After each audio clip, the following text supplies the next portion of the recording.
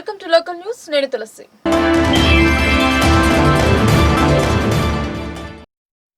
గత కొన్నేళ్లుగా తపాలా శాఖకు సేవలు అందిస్తున్నామని చాలని జీతంతో ఎన్నో ఇబ్బందులు పడుతున్నామని వాపోయారు. తమ న్యాయపరమైన డిమాండ్ల సాధన కోసం డాక్ సేవకులు సమ్మె బాట పట్టారు. ఆల్ ఇండియా గ్రామీణ డాక్ సేవక్ యూనియన్ల పిలుపు మేరకు తపాలా గ్రామీణ డాక్ సేవక్ కార్మికులు నిరవధిక సమ్మెలోకి వెళ్లారు. ఈ జీడీఎస్ సమ్మె వల్ల తపాలా సేవలు నిలిచిపోయాయి. ముఖ్యంగా ఉత్తరాల పంపకం, సుకన్య పథకాలు లాంటివి పూర్తిగా నిలిచిపోయాయి. అలాగే కేంద్ర రాష్ట్ర వివిధ రకాల పింఛను పంపిణీ కూడా వీరి పనే కాబట్టి సమ్మె ఇలాగే కొనసాగితే రానున్న రోజుల్లో పింఛను పంపిణీ చాలా ఇబ్బందికరంగా మారే అవకాశం ఉందన్నారు. గురువారం మండల కేంద్ర తపాలా కార్యాలయం ముందర మండల జీడీఎస్ లో నిరవధిక సమ్మె నిర్వహించారు. ఈ సందర్భంగా మండల కేంద్రం తపాలా డాక్ సేవక్ గంగాధర్ మాట్లాడుతూ గత కొన్నేళ్లుగా తపాలా శాఖకు సేవలు అందిస్తున్నామని చాలని జీతంతో ఎన్నో ఇబ్బందులు పడుతున్నామని కేంద్ర ప్రభుత్వం పలుమార్లు తమ డిమాండ్లను నెరవేరుస్తానని మాట ఇచ్చి మభ్యపెడుతూ మోసం చేస్తూనే ఉన్నాయని, 8 గంటలపై పెంచే పనిభారంతో పెన్షన్తో సహా ఎటువంటి ప్రయోజనాలు లేకుండా రెగ్యులర్ ఎంప్లాయీస్ తో సమాన పనితో పనిచేసిన వెయిటేజ్, ఇంక్రిమెంట్, సీనియర్స్, బంచింగ్ సౌకర్యాలు లేవని, 36 సంవత్సరాలు సర్వీస్ పూర్తి చేసినా ఉపయోగం లేదని ఆందోళన వ్యక్తం చేశారు. మాకు మా కుటుంబ సభ్యులకు వైద్య సౌకర్యం లేక, ఉద్యోగ భద్రత లేక ఎన్నో సమస్యలను ఎదుర్కొంటున్నామని, ప్రభుత్వం వెంటనే స్పందించి క్షేత్రస్థాయిలో పనిచేసే మమ్మల్ని గుర్తించాలని, మా మొర ఆలకించాలని, మా న్యాయమైన డిమాండ్లను నెరవేర్చాలని, లేదంటే పెద్ద ఎత్తున ఉద్యమం చేస్తామని డిమాండ్ చేశారు. నరేష్, నారాయణ, సాగర్, కిషన్, సాయి, రంజిత్, మైపాల్ రెడ్డి, గంగారాం, సాయన్న, సంజీవ్, అన్వేష్, దీపక్, భోజాదాస్, మోసిన్, తబ్రేజ్ లు ఈ కార్యక్రమంలో పాల్గొన్నారు.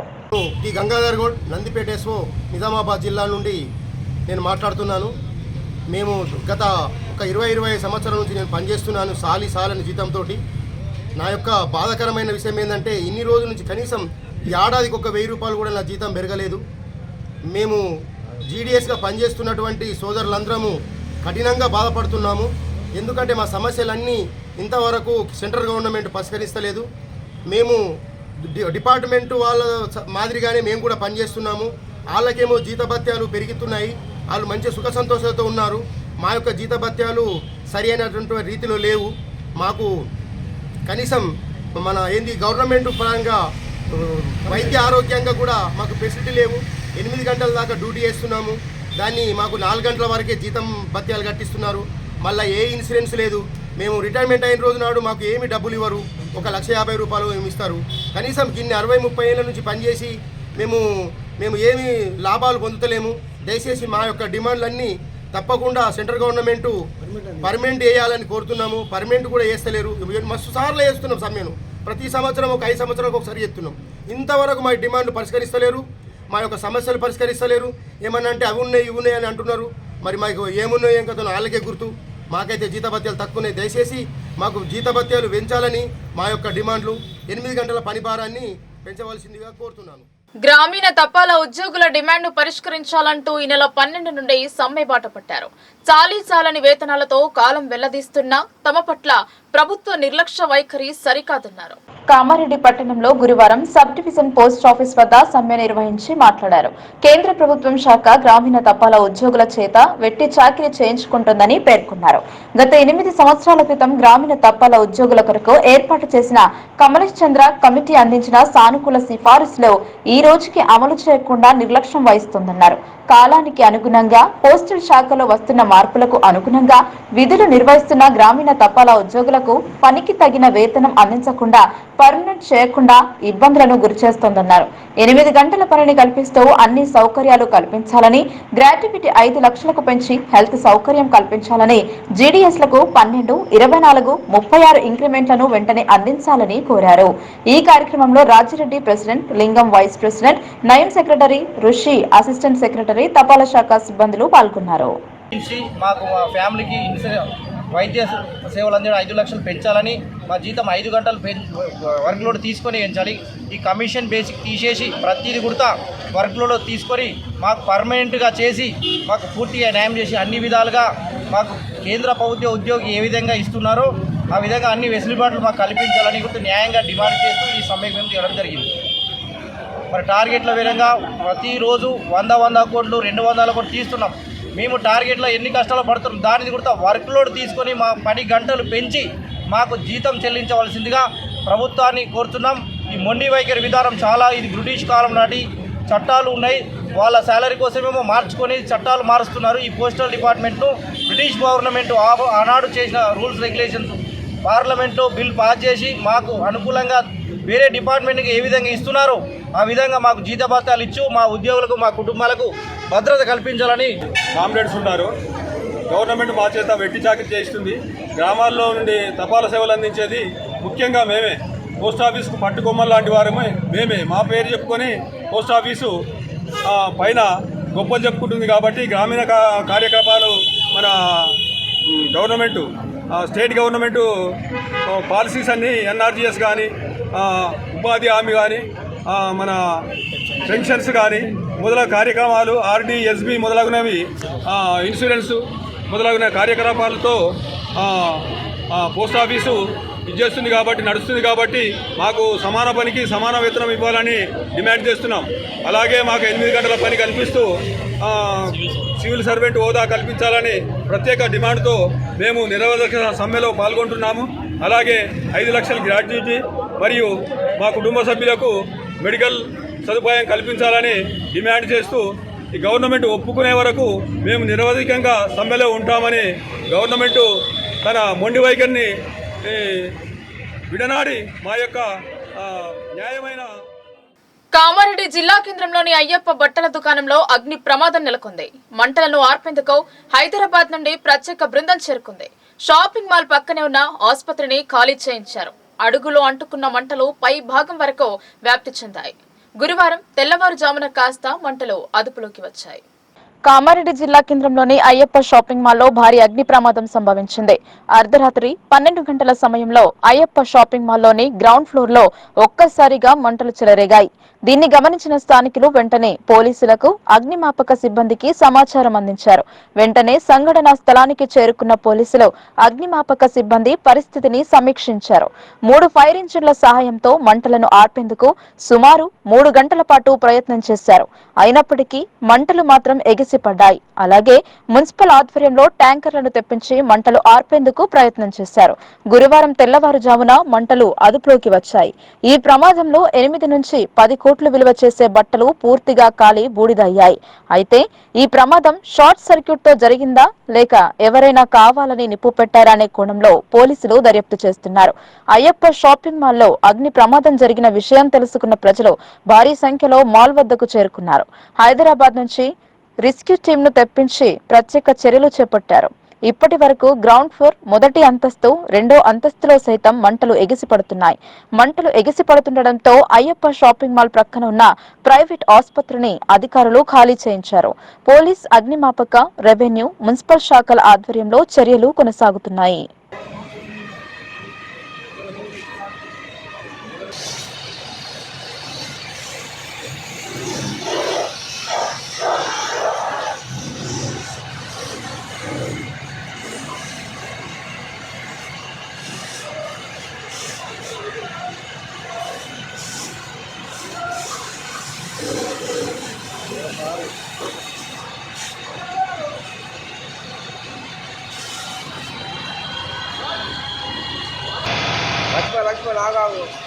లక్ష్మణ్ ఆగు గట్టి అటు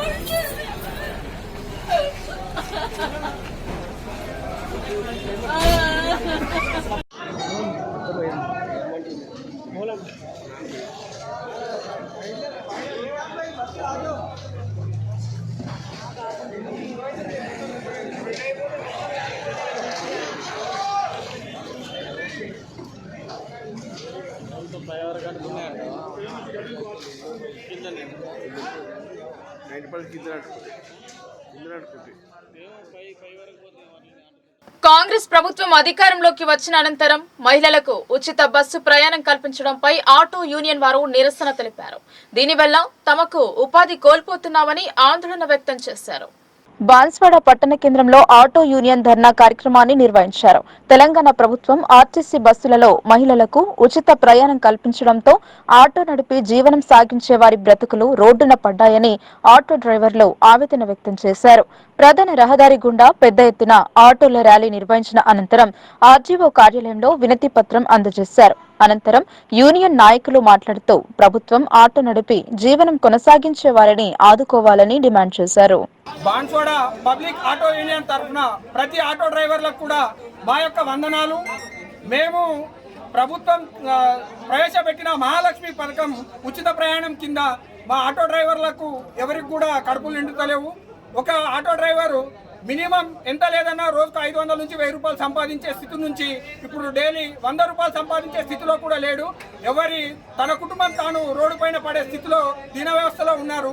కావున ప్రభుత్వం రాష్ట్ర ప్రభుత్వం మా యందు దయతలిచి మాకు ఈ మహాలక్ష్మి పథకంలో పునఃపరిశీలించి మాకు ఎలాంటి సహాయ సహకారాలు చేయాలని, మాకు జీవనోపాధి కలిగించాలని, అలాగే ఈ ఉచిత నిత్యం నిర్వహించే ట్రాఫిక్ నియంత్రణలో భాగంగా నిజామాబాద్ నగరంలో తెలంగాణ చౌరస్తాలో ఆర్టీఓ తనిఖీలు చేపట్టారు. నిబంధనలు తుంగలో తొక్కి ఒక్కొక్క ఆటోలో పరిమితికి మించి ప్రయాణికులను తరలిస్తున్నారని అధికారి తెలిపారు. నిజామాబాద్ నగరంలోని ట్రాఫిక్ ఇబ్బందులు రోజు రోజుకు తలనొప్పిగా మారాయి. స్వయంగా ట్రాఫిక్ సిఐ చందర్ రాథోడ్ బృందం ఆధ్వర్యంలో తనిఖీలు చేపట్టారు. 3 ఆటోలలో సుమారు 30 మంది వరకు ఉత్తరప్రదేశ్ కి చెందిన వలస కూలీలను ఆటోలు ఎక్కి రావడంతో పోలీసులు అవాక్కయ్యారు. ఈ 3 ఆటోలు నిజామాబాద్ రైల్వే స్టేషన్ నుండి ఒక్కో వ్యక్తి దగ్గర 50 రూపాయలు మాట్లాడుకుని బయలుదేరుతున్నారు. అంతలో ట్రాఫిక్ పోలీసుల కంటపడి ఆటో వారు తప్పించుకునే ప్రయత్నం చేశారు. అంతలో పోలీసులు పరిగెత్తి ఆ 3 ఆటోలను పట్టుకుని డ్రైవర్లను అదుపులోకి తీసుకుని వారి వివరాలు సేకరించి వారి ఆటోలపైన పెనాల్టీలు ఉన్నాయో చూసి వారికి కట్టమని, లేని ఎడల ఆటోలని పోలీస్ స్టేషన్ కి తరలించడం జరుగుతుందని తెలిపారు. అనంతరం వలస కూలీలను దగ్గరలో ఉన్న బస్టాండ్ కి పంపించేశారు. వారు పొట్ట కోసం ఉత్తరప్రదేశ్ నుంచి వరి నాట్ల కొరకు షాటాపూర్ వెళ్తున్నామని కూలీలు తెలిపారు. ఒక్కో ఆటోలో మినిమం 4 చొప్పున కూర్చుండాల్సింది ఉండగా ఆటో నిండుగా కూర్చోబెట్టడం ప్రమాదాలకు దారితీస్తుందని వారిని దింపి ఆటోలని పోలీస్ స్టేషన్ కి తరలించారు. ఈ సందర్భంగా సిఐ చందర్ రాథోడ్ మాట్లాడుతూ 3 కంటే ఎక్కువ ఆటోలో కూర్చోవద్దని, నగరంలో రోజు రోజుకి రద్దీ పెరగడంతో ప్రమాదాలకు దారితీస్తోందని వారు తెలిపారు. ఈరోజు వెహికల్ చెకింగ్ తనిఖీలో భాగంగా గ్లామర్ దగ్గర వెహికల్ చెకింగ్ చేస్తుండగా రైల్వే స్టేషన్ నుంచి 3 ఆటోలలో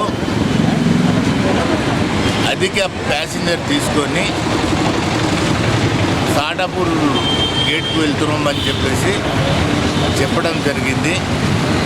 అతి ప్యాసింజర్ నేరం కాబట్టి ఎక్కువ ప్యాసింజర్లను దించేసి ఎంత లిమిటెడ్ ఉన్నారో అంతమందిని పంపించేసి అట్టి ఆటో డ్రైవర్లకు ఫైన్ వేయడం జరిగింది. ఫైన్ వేసి కట్టిన తర్వాత ఆటోను పంపించడం జరిగింది. తెలంగాణ రాష్ట్ర అసెంబ్లీ 3వ శాసన సభాపతిగా గడ్డం ప్రసాద్ కుమార్ ఏకగ్రీవంగా ఎన్నికయ్యారు. అన్ని పార్టీల వారు స్పీకర్ ఎన్నికకు పూర్తి స్థాయిలో సహకారం అందించాలని సీఎం రేవంత్ రెడ్డి అన్నారు. ఉమ్మడి కుటుంబంను పోషించిన స్పీకర్ శాసనసభను సైతం నడిపిస్తారు అని ఆశించారు. 3వ శాసనసభ సభాపతిగా గడ్డం ప్రసాద్ కుమార్ ఏకగ్రీవంగా ఎన్నికయ్యారు. స్పీకర్ నామినేషన్ కోసం కాంగ్రెస్, బీఆర్ఎస్, ఎంఐఎం, సిపిఐ పార్టీలు ప్రత్యక్షంగా సహకరించాయని, అలాగే బీజేపీ సైతం పరోక్షంగా సహకారాన్ని అందించింది అని సీఎం వివరించారు. మంచి సాంప్రదాయానికి అందరూ సహకరించాలని కోరారు. భవిష్యత్ తరాల కోసం అధికార ప్రతిపక్షాలకు సమాన స్థాయిలో చూస్తూ సహకరించాలని ఆశించారు సీఎం రేవంత్. అలాగే బీఆర్ఎస్ వర్కింగ్ ప్రెసిడెంట్ కేటీఆర్ మాట్లాడుతూ వికారాబాద్ కు చెందిన గడ్డం ప్రసాద్ కుమార్ తో తమకు మంచి సంబంధం ఉందన్నారు. 2009లో సహచార శాసన సభ్యునిగా ఆయనతో కలిసి పనిచేసిన అనుభవం ఉందన్నారు. అప్పుడు టెక్స్టైల్స్ మంత్రిగా ఉన్న సభాపతి సిరిసిల్లలో పర్యటించి చేనేత కార్మికులకు భరోసా కల్పించారని పేర్కొన్నారు. ఇది వరకు సిరికొండ, మధుసూదనాచారి, పోచారం శ్రీనివాసరెడ్డిలు స్పీకర్ గా సభను నడిపారని గుర్తు చేస్తూ నూతన శాసన సభాపతికి ధన్యవాదాలు తెలిపారు. 3వ తెలంగాణ శాసనసభ యొక్క సభా అధ్యక్షుడిగా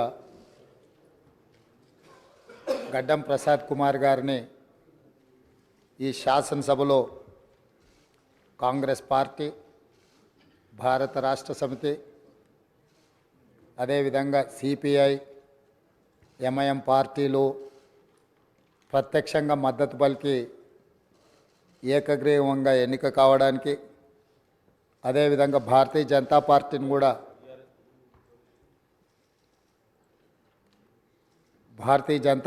కూడా సంప్రదించడం జరిగింది.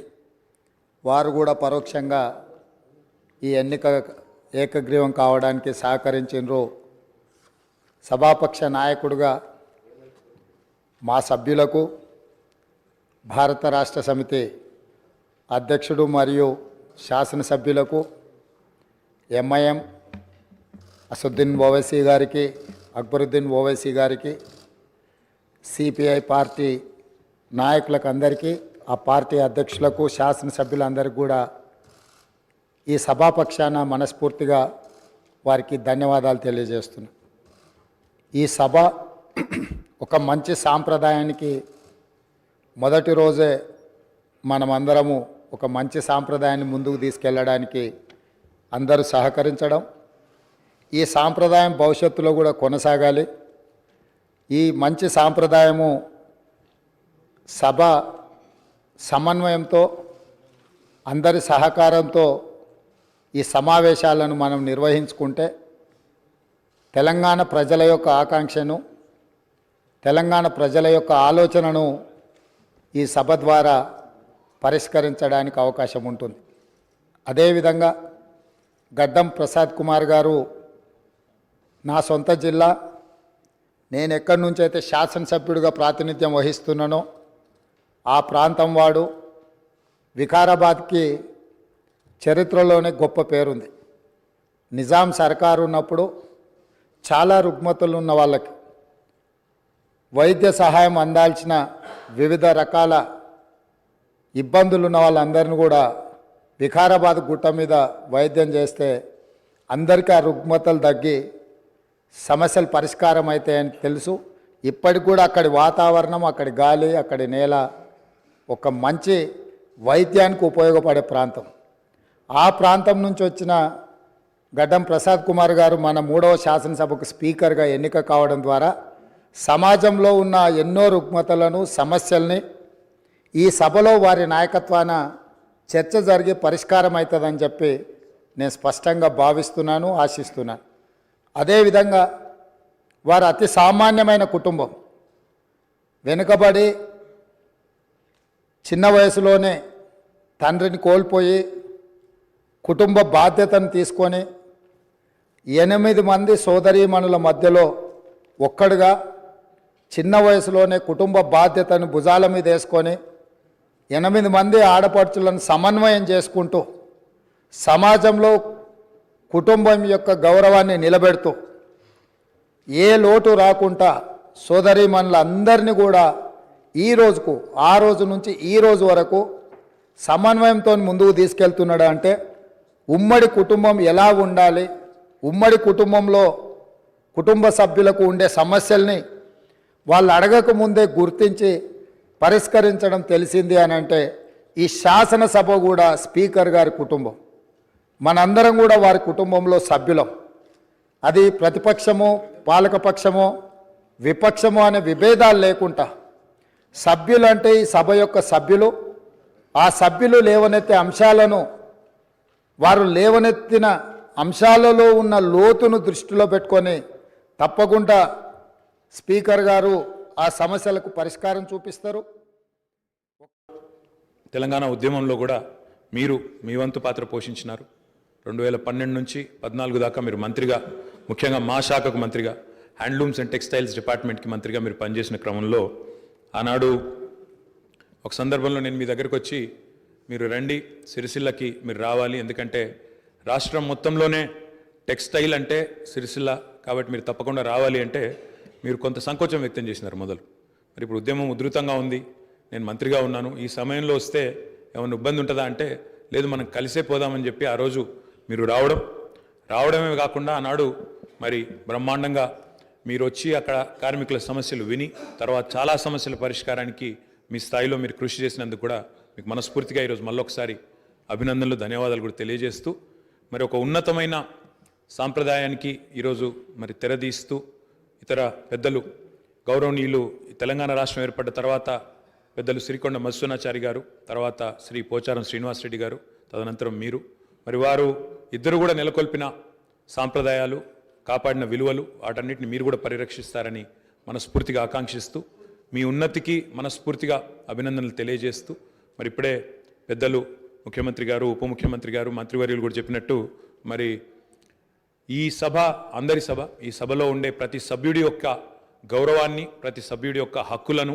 ముఖ్యంగా ప్రజల తరపున మాట్లాడే ప్రతి నాయకుడి యొక్క, ప్రతి గౌరవ సభ్యుడి యొక్క మరి గొంతును వినిపించే విధంగా ఆ బాధ్యత మీరు తప్పకుండా సమర్థవంతంగా నిర్వహిస్తారని మనస్ఫూర్తిగా ఆశిస్తూ, మరి ఒక సామాన్య ఎంపీటీసీ పదవి నుంచి ఈరోజు శాసనసభ స్పీకర్గా ఎదిగిన మీ జీవితం ఏదైతే ఉందో, రాజకీయ ప్రస్థానం ఏదైతే ఉందో, ఇది చాలామందికి తప్పకుండా స్ఫూర్తిదాయకంగా ఉంటుందని చెప్పి మనసారా ఆకాంక్షిస్తూ మీ బాధ్యతలో మీరు 100% విజయవంతం సాధించాలని మా పార్టీ తరఫున కూడా కోరుకుంటూ మళ్ళొకసారి మీకు నిజామాబాద్ ఉమ్మడి జిల్లాలో 3 బీజేపీ ఎమ్మెల్యేలు విజయం సాధించారు. అసెంబ్లీ స్పీకర్ ప్రసాద్ కుమార్ ఆధ్వర్యంలో ప్రమాణ స్వీకారం చేశారు. ఉమ్మడి నిజామాబాద్ జిల్లాలో నిజామాబాద్ అర్బన్, ఆర్మూర్, కామారెడ్డి నియోజకవర్గాలలో బీజేపీ జెండా ఎగిరింది. ఇదివరకు ప్రోటెం స్పీకర్ అక్బరుద్దీన్ ఆధ్వర్యంలో ప్రమాణ స్వీకారం చేశారు. కానీ బీజేపీ రాష్ట్ర పార్టీ పిలుపు మేరకు దూరంగా ఉన్నారు. స్పీకర్ ఎంపిక జరిగిన అనంతరం నిజామాబాద్ అర్బన్ శాసనసభ్యుడిగా ధన్పాల్ సూర్యనారాయణ, కామారెడ్డి శాసనసభ్యుడిగా కాటిపల్లి వెంకటరమణారెడ్డి, ఆర్మూర్ ఎమ్మెల్యేగా పైడి రాకేష్ రెడ్డిలు సభ ప్రాంగణంలో ప్రమాణ స్వీకారం చేశారు.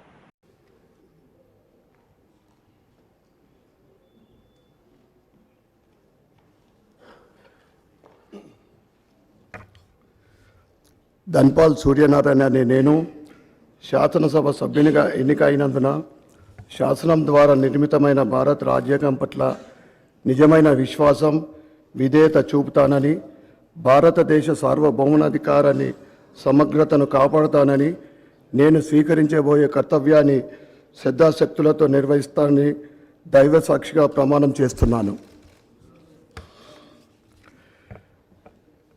తెలంగాణ శాసనసభ్యుడైన ధన్పాల్ సూర్యనారాయణ అనే నేను సభ నియమాలకు కట్టుబడి ఉంటానని, వాటిని అనుసరిస్తానని, సభ మర్యాదలను పాటిస్తానని, సాంప్రదాయాలను గౌరవిస్తానని దైవ సాక్షిగా ప్రమాణం చేస్తున్నాను.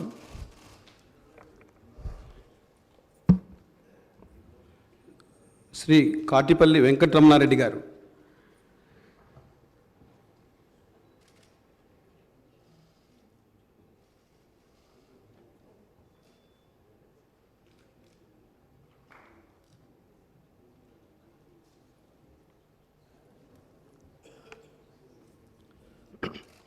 కాటిపల్లి వెంకటరమణారెడ్డి అనే నేను శాసనసభ సభ్యునిగా అయినందున శాసనం ద్వారా నిర్మితమైన భారత రాజ్యాంగం పట్ల నిజమైన విశ్వాసం, విధేయత చూపుతానని, భారతదేశ సార్వభౌమాధికారాన్ని, సమగ్రతను కాపాడుతానని, నేను స్వీకరించబోయే కర్తవ్యాన్ని శ్రద్ధాశక్తులతో నిర్వహిస్తానని దైవ సాక్షిగా ప్రమాణం చేస్తున్నాను.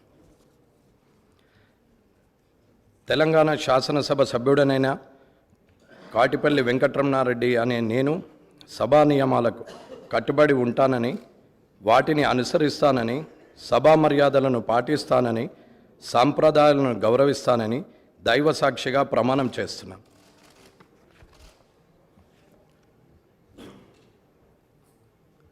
శ్రీ పైడి రాకేష్ రెడ్డి గారు.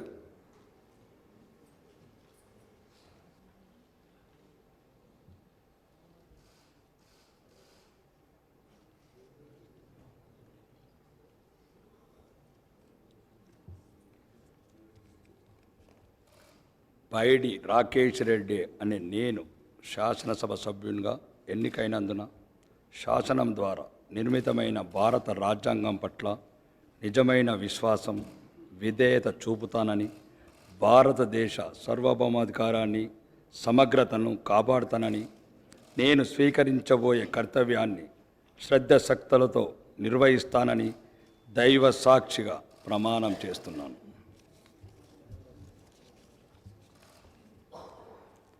తెలంగాణ శాసనసభ సభ్యుడైన పైడి రాకేష్ రెడ్డి అనే నేను సభ నియమాలకు కట్టుబడి ఉంటానని, వాటిని అనుసరిస్తానని, సభ మర్యాదలను పాటిస్తానని, సాంప్రదాయాలను గౌరవిస్తానని దైవ సాక్షిగా ప్రమాణం చేస్తున్నాను.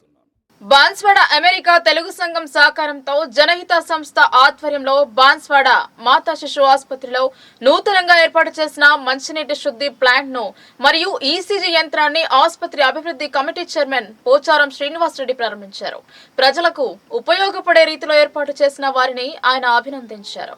ఆట సహకారంతో బాన్స్వాడ మాతా శిశు ఆసుపత్రిలో నీటి శుద్ధి పరికరాలతో పాటు ఈసీజీ యంత్రాలను విరాళంగా అందించారు. వీటిని పరిశీలించిన ఎమ్మెల్యే సంతోషం వ్యక్తం చేశారు. ఈ సందర్భంగా పోచారం శ్రీనివాసరెడ్డి మాట్లాడుతూ పుట్టిన గడ్డపై మమకారంతో జన్మభూమి రుణం తీర్చుకోవాలనే ఆశయంతో తమ సంపాదనలో కొంత మొత్తాన్ని ఖర్చు చేసి బాన్స్వాడ మాతా శిశు ఆసుపత్రిలో మంచినీటి శుద్ధి యంత్రాన్ని, ఈసీజీ యంత్రాన్ని ఏర్పాటు చేసిన ఆటా సభ్యులకు, జనహిత సంస్థ నిర్వాహకులకు హృదయపూర్వక ధన్యవాదాలు తెలిపారు. గంటకు 1000 లీటర్ల మంచినీటి శుద్ధి యంత్రం ఏర్పాటుతో రోగులకు, వారి సహాయకులకు స్వచ్ఛమైన మంచినీరు అందుతుందన్నారు. అంతకుముందు ఆటా సభ్యులు, జనహిత నిర్వాహకులు పోచారం శ్రీనివాసరెడ్డితో కలిసి బీర్కూర్ మండలం తిమ్మాపూర్ శ్రీ వెంకటేశ్వర స్వామివారిని దర్శించుకుని ప్రత్యేక పూజలు నిర్వహించారు. ఈ కార్యక్రమంలో ఆటా వేడుకల chairman, elect president Jayant Challa, secretary Ramakrishna Reddy, దాతలు డాక్టర్ హిమబిందు రెడ్డి, బోడ అశ్విన్ రెడ్డి, జనహిత సంస్థ నిర్వాహకులు ఆర్ సతీష్ రెడ్డి, బోడ రఘుపతి రెడ్డి, ఏరియా ఆసుపత్రి సూపరింటెండెంట్ డాక్టర్ శ్రీనివాస ప్రసాద్ తదితరులు పాల్గొన్నారు. ప్రత్యేకమైనటువంటి కార్యక్రమం.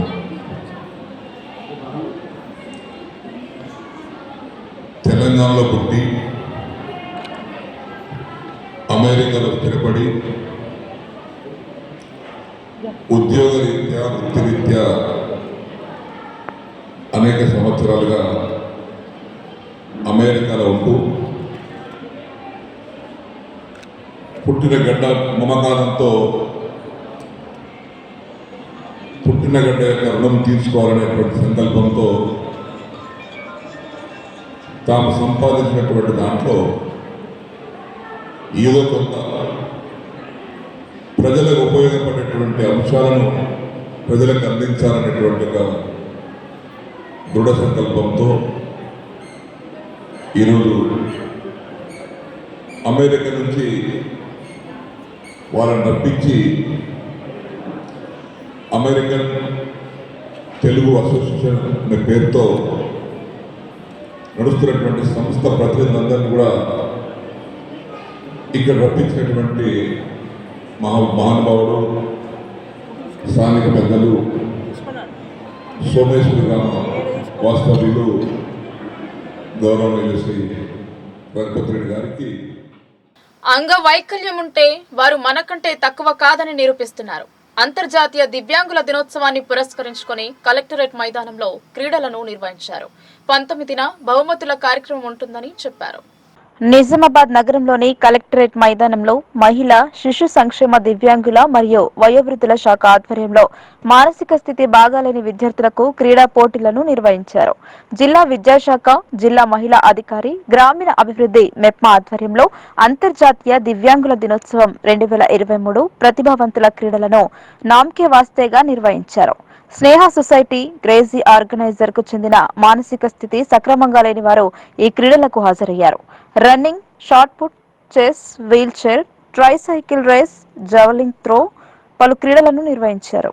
ఈ వార్తలు ఇంతటితో సమాప్తం. తిరిగి ప్రసారమే వార్తల్లో మళ్ళీ కలుద్దాం. అంతవరకు చూస్తూనే ఉండండి మీ లోకల్ న్యూస్. మన ఊరు మన వార్త.